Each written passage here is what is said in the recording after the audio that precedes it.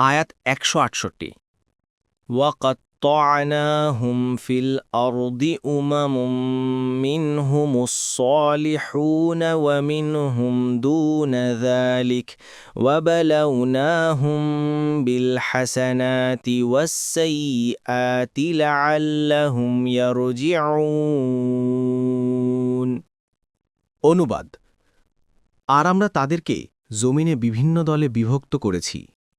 তাদের কেউ কেউ সৎকর্মপরায়ণ, আর কেউ অন্যরূপ। আর আমরা তাদেরকে মঙ্গল ও অমঙ্গল দ্বারা পরীক্ষা করেছি, যাতে তারা প্রত্যাবর্তন করে। তাফসির।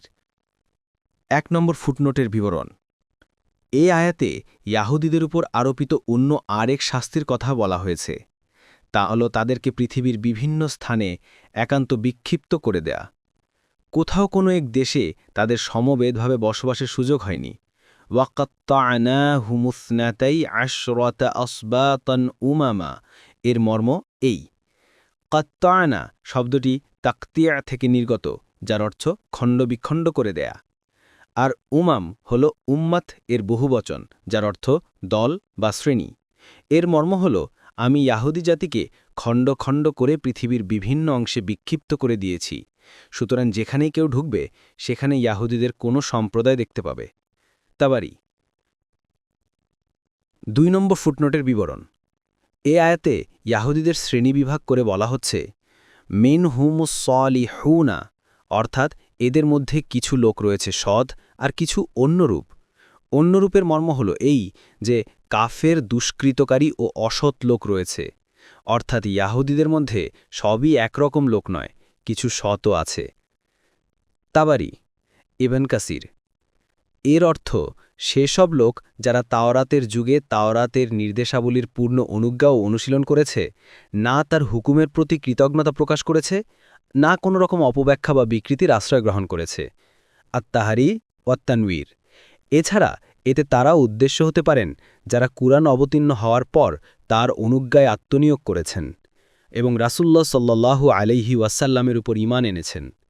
অপরদিকে রয়েছে সে সমস্ত লোক যারা তাওরাতকে আসমানি গ্রন্থ বলে স্বীকার করা সত্ত্বেও তার বিরুদ্ধাচরণ করেছে, কিংবা তার আহকাম বা বিধিবিধানের বিকৃতি ঘটিয়ে নিজেদের আখেরাতকে পৃথিবীর নিকৃষ্ট বস্তু সামগ্রীর বিনিময়ে বিক্রি করে দিয়েছে। বাগভি ফাতহুল কাদির। ৩ নম্বর ফুটনোটের বিবরণ। আয়াতের শেষাংশে বলা হয়েছে, আমি ভালো মন্দ অবস্থার দ্বারা তাদের পরীক্ষা করেছি, যেন তারা নিজেদের গর্হিত আচার-আচরণ থেকে ফিরে আসে।